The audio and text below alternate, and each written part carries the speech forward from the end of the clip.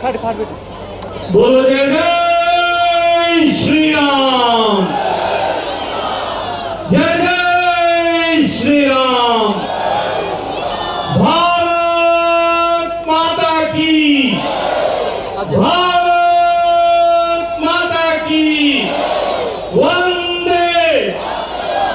आपको पता है वंदे मातरम का 150 साल पूरा हुआ और वंदे मातरम का 150 साल पूरा हुआ है, तब हमको वंदे मातरम का उद्घोष लगाते हैं। दोनों हाथ ऊपर करिए, संकल्प की मुट्ठी बंद करिए, विकसित भारत और विकसित तेलंगाना के संकल्प की मुट्ठी बंद करिए, पूरी ताकत से बोलिए वंदे वंदे मातरम मातरम।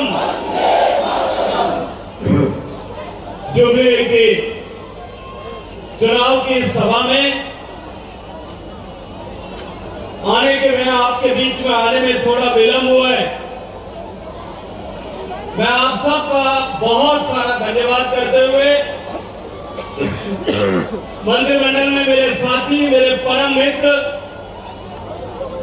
मेरे भाई किशन रेड्डी जी, हमारे सम्मानित प्रत्याशी दीपक रेड्डी जी, मंच पर इस गाड़ी में आज बने इस मोबाइल मंच पर उपस्थित पार्टी के सब दायित्ववान कार्यकर्ता,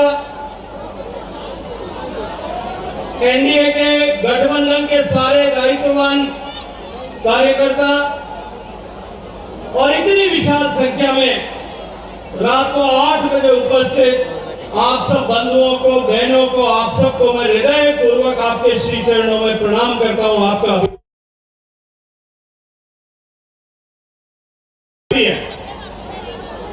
और इस धरती पर एक बार एक नया इतिहास फिर से लिखा जाने वाला है। 2014 में नरेंद्र मोदी जी के प्रधानमंत्री बनने के ठीक 7 दिन बाद ये तेलंगाना प्रदेश एक लंबे संघर्ष के बाद में आप जैसे सभी लोगों के बड़े बलिदान और योगदान के बाद में ये तेलंगाना प्रदेश अस्तित्व में आया था। और जब तेलंगाना प्रदेश बना था तो तेलंगाना के बेटों ने, बेटियों ने, तेलंगाना की धरती के वासियों ने बहुत बड़ा सपना देखा था, इस तेलंगाना बनेगा तब हमारा ये सपना पूरा होगा। 2014 से लेकर के अब तक इस 11 साल की यात्रा में हम सबको एक बात को स्वीकार करना पड़ेगा कि भारत बदल गया। हम सब देखते हैं हिंदुस्तान बदल गया और हिंदुस्तान को देखने का नजरिया पूरी दुनिया का बदल गया। लेकिन मैं आज आपसे जुबली के चुनाव के मौके के ऊपर आज रात में इस मंच पे खड़े होकर के एक प्रश्न, जुबली हिल जो तेलंगाना का दिल है, वो जुबली हिल जो तेलंगाना का दिल है, उसमें खड़े होकर के एक बात आपसे पूछना चाहता हूं कि आपने जो सपना देखा था, जिस सपने को लेकर के तेलंगाना के लोगों ने संघर्ष वर्षों तक, दशकों तक अपना प्रदेश बनाने का, अपनी एक अलग आइडेंटिटी बनाने के लिए संघर्ष किया था, क्या आपका सपना पूरा हुआ? क्या आपके सपनों का तेलंगाना बन पाया? 10 साल तक पहले एक परिवार की सरकार, और उस परिवार की सरकार ने जिस तरह से असीम संभावनाओं से भरे हुए इस प्रदेश को, जिस तरह से अपने लूट और खसोट अपने परिवार की जेब और परिवार का घर बनने के लिए जिस तरह से बर्बादी के कगार पर ला करके खड़ा कर दिया, आप सब ने देखा होगा। तेलंगाना गरीब होता गया, कर्जे के बोझ के तले दबता गया, 3 लाख करोड़ रुपए का कर्जा तेलंगाना में हो गया। और जो है वो बीआरएस पार्टी के लोग और वो एक परिवार, केसीआर साहब का एक परिवार जो है, उसकी थैली भरती गई, जेब भरती गई, और पता नहीं कितना बड़ा जेब है उनका कि वो पूरी नहीं। तेलंगाना ने एक निर्णय किया, 2 साल पहले एक निर्णय किया, एक बड़ी आशा के साथ में एक नई सरकार चुनी। वो कांग्रेस की सरकार, बड़े बड़े वादे करके वो कांग्रेस की सरकार बनी थी। वो कांग्रेस की सरकार गरीब और मजलूम लोगों के हित में काम करेंगे, उनके जीवन में परिवर्तन लाने का लक्ष्य को लेकर के काम करेंगे, ये सपना दिखा करके तेलंगाना में सत्ता की कुर्सी पर बैठे। लेकिन आज 2 साल लगभग बीतने को आए। मैं आज आपसे पूछना चाहता हूं और आप सबके माध्यम से जितने लोग इस विधानसभा में, इस प्रदेश में बैठे इस चुनाव को देख रहे हैं, मैं उनसे एक प्रश्न करना चाहता हूं। जो आकांक्षा, जो अपेक्षा, जो वादे करके सरकार आई है, उनमें से कोई वादा पूरा हुआ है? गरीब आदमी को 2 घर कमरे का 2 बेडरूम का घर मिलेगा, मिला है क्या? जुबली में किसी को मिला है क्या? ऐसी एक लंबी सूची में आप सबके सामने पढ़ सकता हूं। अभी कोई मुझे कहेगा इस एक जुबली के चुनाव में अगर हम भारतीय जनता पार्टी को मत देंगे, वोट देंगे, उससे सरकार तो नहीं बदल जाएगी। जब सरकार नहीं बदलने वाली है तो हम भारतीय जनता पार्टी को काहे करके वोट दें? मैं आपको इतने बात बताना चाहता हूं, ये जो जुबली हिल का चुनाव है, ये जुबली हिल का चुनाव नींद में सोई हुई और वादे को भूली हुई सरकार के गाल पर थप्पड़ मार करके उसको जगाने का चुनाव है। इसलिए जुबली के मतदाताओं के ऊपर एक जिम्मेदारी तेलंगाना की आई है। तेलंगाना के हर गरीब, तेलंगाना की हर गरीब बेटी, हर गरीब व्यक्ति से सरकार ने वादा किया था चुनाव के समय में, जिस वादे को ये भूल गई है, उसको जगाने की जिम्मेदारी आप लोगों के कंधे पर आई है। आप जगाओगे कि नहीं जगाओगे?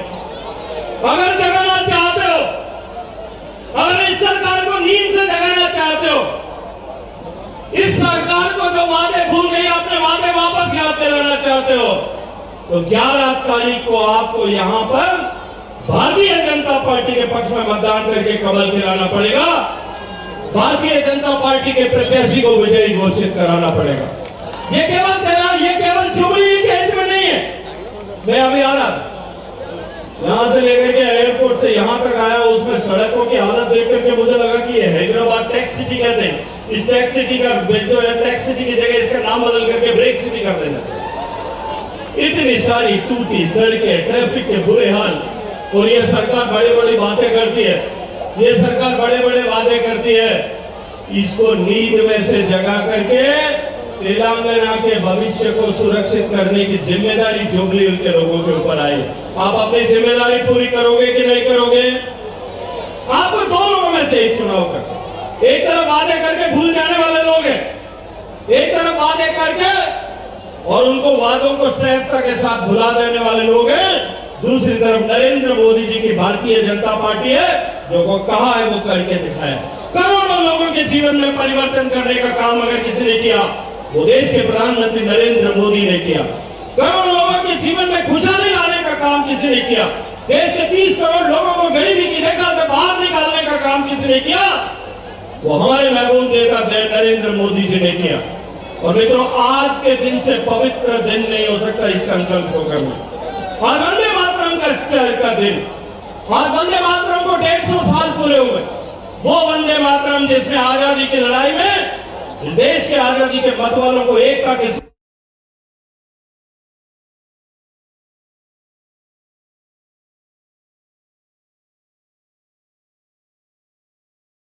तरफ नरेंद्र मोदी जी की भारतीय जनता पार्टी है, जो को कहा है वो करके दिखाया। करोड़ों लोगों के जीवन में परिवर्तन करने का काम अगर किसी ने किया, वो देश के प्रधानमंत्री नरेंद्र मोदी ने किया। करोड़ों लोगों के जीवन में खुशहाली लाने का काम किसी ने किया। देश के 30 करोड़ लोगों को गरीबी की रेखा से बाहर निकालने का काम किसी ने किया, वो हमारे महबूब नेता नरेंद्र मोदी जी ने किया। और मित्रों, आज के दिन से पवित्र दिन नहीं हो सकता इस संकल्प को करना। आज वंदे मातरम का दिन, आज वंदे मातरम को 150 साल पूरे हुए। वो वंदे मातरम जिसने आजादी की लड़ाई में इस देश के आजादी के मत वालों को एकता के सूत्र में बांधने का काम किया था। वो वंदे मातरम के दिन, वंदे मातरम का उद्घोष करके लोगों ने इस देश को आजाद कराने के लिए अपने आप को खपा दिया था। इस तेलंगाना को आने वाले समय में इन भ्रष्टाचारियों से मुक्त कराने के लिए, इन जाति और मजहब के आधार पर देश प्रदेश को बांटने वाले लोगों से मुक्त कराने का संकल्प करके उसका बीजारोपण करने का दिन आज। मैं पढ़ रहा था अभी, यहाँ के मुख्यमंत्री जी कहते हैं कांग्रेस का मतलब मुसलमान, मुसलमान का मतलब कांग्रेस। मैंने ऐसा पढ़ा। मैं मुसलमान भाई जो यहाँ पे होंगे उनसे एक बात पूछना चाहता। इस देश में 55 साल तक कांग्रेस ने राज किया। हैदराबाद और आंध्र प्रदेश और तेलंगाना में भी देख लीजिएगा, कुल मिलाकर के आजादी के बाद से लेकर के लगभग 50 साल तक कांग्रेस पार्टी ने राज किया। जब 50 साल तक उनके पास में सत्ता थी तो मुसलमान इतना बदहाल क्यों है देश का? ये प्रश्न उधर मुसलमान को जो है इन कांग्रेस पार्टी के लोगों ने जो उनकी वोट से सरकार बनाते हैं उनको करना चाहिए। इसलिए मैं आप सबको स्मरण कराने के लिए आया हूं, आप सबको जिम्मेदारी देने के लिए आया हूं। ये केवल एक वोट या एक विधानसभा के उपचुनाव का प्रश्न नहीं है, ये तो ये प्रश्न है इस तेलंगाना के भविष्य का, इस तेलंगाना के गरीब के भविष्य का, इस तेलंगाना के युवाओं के सपनों का, इस तेलंगाना के ये भविष्य की इबारत लिखने का चुनाव है। इसलिए इस जिम्मेदारी को इस पवित्र दिन पर जो लोग धारण करना चाहते, जो ये संकल्प करना चाहते कि आज से लेकर 11 तारीख को शाम को 5 बजे तक अंतिम मत गिरने तक जो अपने आप को दीपक रेड्डी बनकर, जो पूरी ताकत के साथ में अपने आप दीपक रेड्डी बन करके अंतिम मत पड़ने तक शाम को 6 बजे तक जो लोग इस चुनाव के लिए अपने आप को खपा देना चाहते हैं वो लोग दोनों हाथ खड़े करिए, संकल्प की मुट्ठी बंद करिए और ये तय करिए कि आज से लेकर के 11 तारीख तक ना हम रुकेंगे, ना हम झुकेंगे, ना हम थकेंगे, ना हम बिकेंगे, ना हम टूटेंगे, ना हम रुकेंगे और हम भारतीय जनता पार्टी का कमल यहाँ कर खिला कर रहेंगे।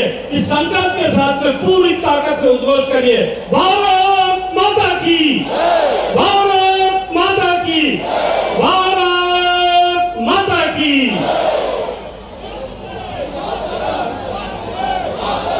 ధన్యవాదాలు కేంద్ర మంత్రివర్యులకు। ఇప్పుడు మనందరం కూడా మన యొక్క కేంద్ర మంత్రివర్యులు కిషన్ రెడ్డి గారిని మాట్లాడవలసిందిగా కోరుతూ, అంతకుముందు మన యొక్క ఓటింగ్ మిషన్లు రేపు ఓటేసే ముందు మొదటి బటన్